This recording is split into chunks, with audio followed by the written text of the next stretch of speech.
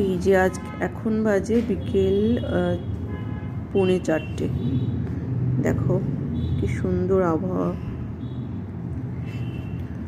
চারিদিকে মেঘ করেছে, সেই সাথে হাওয়া দিচ্ছে ভীষণভাবে।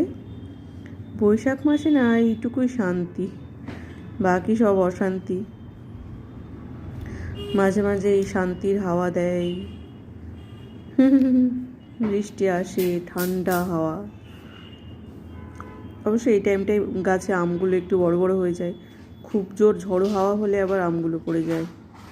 যাই হোক, আজকে হচ্ছে অক্ষয় তৃতীয়া। তো এই যে আমার বাড়ির সামনে অঞ্জলি, তারপরে রিলায়েন্স জুয়েলস, এরা সব সেজে উঠেছে, যে লাইটিং ফাইটিং করেছে। তো গুড মর্নিং।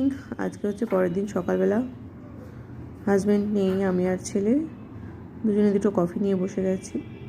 ছেলে খায় দুধ কফি আর আমি হলাম ব্ল্যাক কফি সরি। তো রাত্রেবেলাতে বৃষ্টি হয়েছে প্রচুর, ওয়েদারটা ভীষণ ঠান্ডা, রোদ উঠেছে কিন্তু ওয়েদারে এক ফোঁটাও গরম নেই। ভাবলাম যে ব্যালকনিতে বসে দুজনে মিলে একটুখানি মর্নিং কফিটা এনজয় করি। আর এখন তো স্কুল ছুটি, আমার ছেলের স্কুল আছে, তবে আজকে ছুটি, আজকে মে ডে, তো তাই দুজনে মিলে একটু শান্তি করে সময় কাটাতে পারছি বসে। তো এই যে আমি তো কিছু 2-4টে ড্রাই ফ্রুটস নেবো, তো সেই সাথে সাথে কফি খাবো। আপাতত আর কিছু খাবো না। আর ছেলেকে বিস্কুটস দিয়ে কফি দিলাম। তারপরে এই যে অ্যাভোকাডোটা হাজব্যান্ড কিনে দিয়ে গেছে, এটা কাটবো বলে কাটা হচ্ছে না। এক পিসের দাম নিয়েছে 250 টাকা।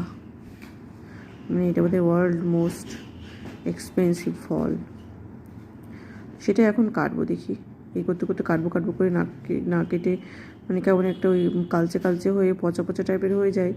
এত বড় ফল পচে গেলে প্রচণ্ড রকম গায়ে লাগবে, তার চেয়ে ভালো কেটে খেয়ে ফেলি। মানে কেটে খেতে কষ্ট লাগছে আর কি। যখনই অ্যাভোকাডো ফল নিয়ে আসে তখনই এরমই হয়, এত বারণ করি তবুও নিয়ে আসে। এই যে এটা হচ্ছে দেখো আমের মতো সফট আর কি, পাকা আম যেমন সফট হয় সেরকম জিনিসটা দেখতে বাইরে থেকে কিন্তু খুব মানে রুক্ষ সূক্ষ্ম টাইপের। এই যে ঝটপট কেটে ফেলি।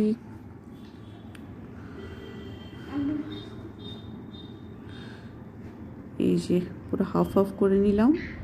এই বীজটাকে এবার এখান থেকে প্রস্থান করতে হবে। বীজটা কিছুতেই উঠছে না, দেখি কি করে তোলা যায়। এই যে